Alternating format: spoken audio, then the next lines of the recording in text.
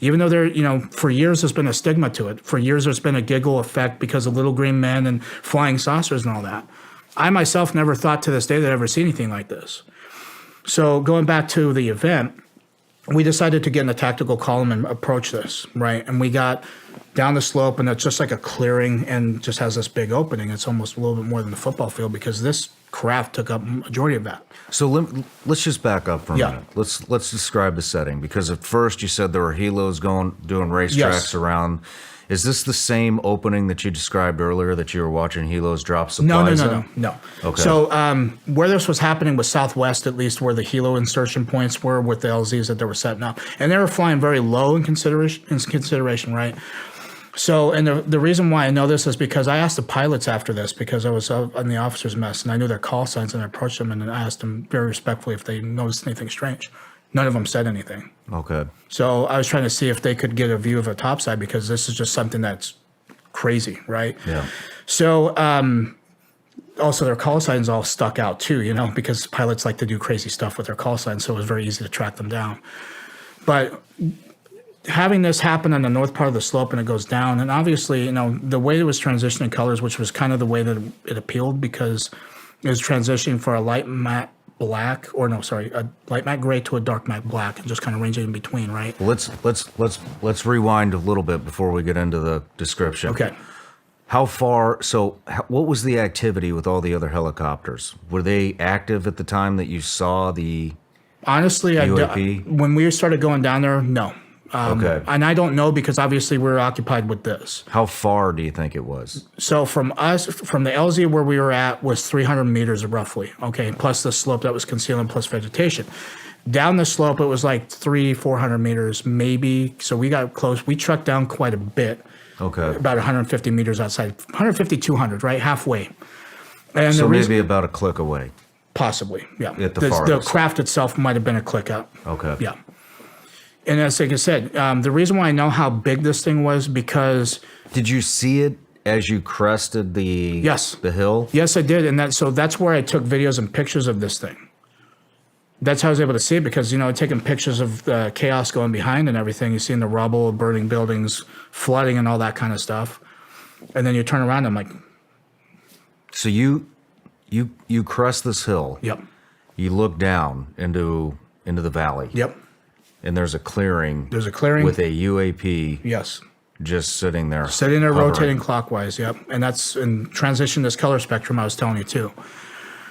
And that's why it's something that stuck out. It's not a building, It's not something that you're used to seeing. Maybe topside it could have looked like a building or something that, I don't know. I don't have that perspective. I wasn't a pilot or anything. But I can tell you from our point of view, it's something that it looked very unnatural and abnormal. And that's what got our curiosity to go investigate this. Now, normally, because we would have had comms, you're damn right we'd have called it in. Report something suspicious. Maybe get some eyes on a helo, get a hold of their call signs, and try to do them fly around, and they never did. And obviously, we didn't have comms to do it, but they were more occupied with what was going on behind us. So when we trekked down and got around 150 to 200 meters from it, and this is an opening. By the way, there's no tactical advantage being in this situation, because you don't have cover. It's jungle. You have concealment, but this kind of concealment with vegetation is not bulletproof. Mm-hmm. So when we trekked up close, and we were attack column, so obviously you have points here, right, each Marine. So you have visuals of the sides. Somebody has point and somebody has the rear. And all of a sudden we're enveloped by this military force I still to this day don't know who they are. And how close did you get? To the craft? To the craft. Roughly 200 meters, 150, 200. Did you get to the bottom of the hill? Yes. So you saw the top of it, and then you could see underneath of it. And underneath of it had this platform that was on the ground that was separate from this craft hovering. And it was very weird to see, and I was like, okay, I don't know if that's kind of like a cement pad or something. I don't know if it was like a helo pad or anything like that at first, but then started seeing how the material kind of looked very similar to what the craft was. It's like, well, that's separate.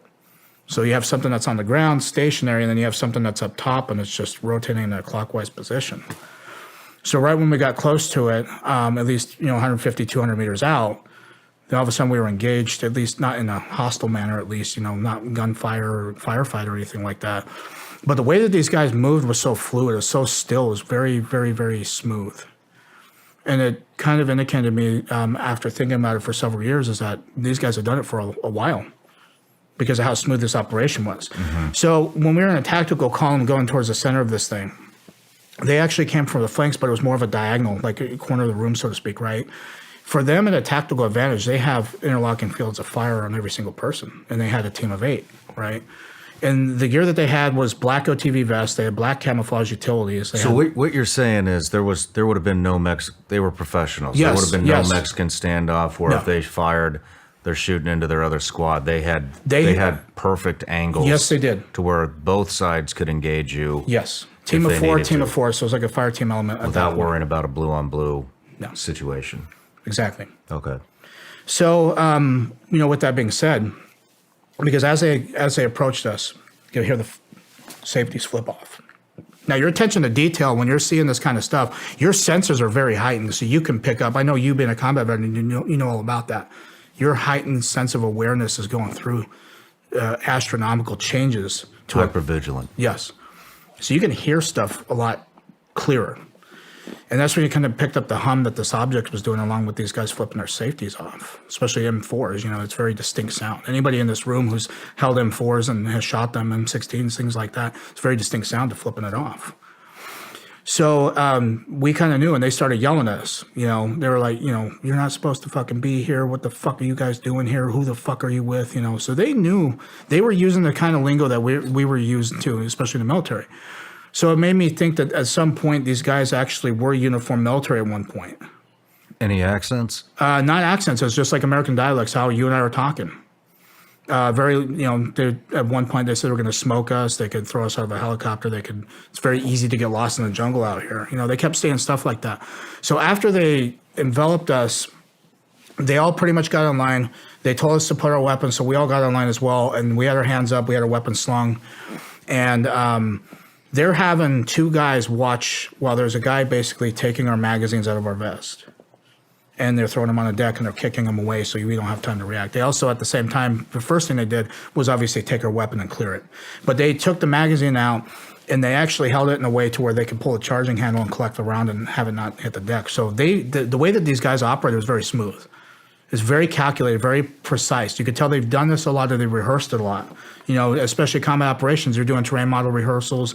You're doing rehearsals whether you're clearing rooms, trying to figure all that kind of stuff out. These guys kind of did the same thing, I'm assuming, because of how smooth it was. And because as well as I do, you have new guys that join a unit, and they're not that fresh. They're very choppy because they have the basic understanding of either how to stack up and do room clearing. And the guys that have done it and been through combat deployments and all that, they're very kind of methodical, very smooth because they know what to expect. These new guys, it's not the same thing. You could tell these guys were seasoned. So as they did that, they actually, each Marine had 2 guys on them, plus one that was taking the stuff off of them.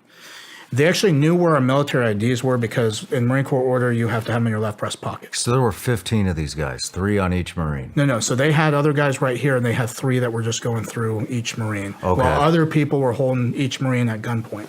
And they're not like super close to us range wise with because if you get a muzzle close, it's easy to grab it and kind of fend off, especially with a rifle. But these guys were off at a standoff distance that even if you try to move, they could smoke you.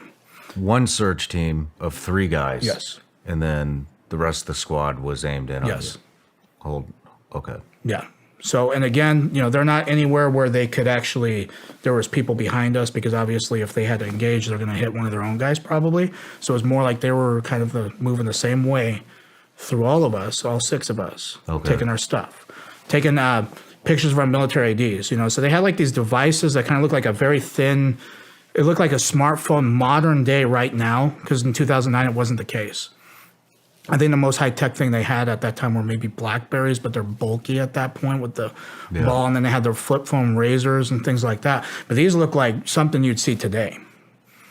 And they were taking pictures of military IDs, and they had some other device that was like reminded me of a BAT system. I don't know if you're familiar with that. Describe it. It's like a biometrics tracking system. So what it does is when you come across with an insurgent, you can take pictures of their face, their retinas, fingerprints, something like that. But they were trying to scan their IDs with this thing. and it wasn't working. So they're kind of getting frustrated with it. So as this is going on, did they collect biometrics from you? no, Okay. no.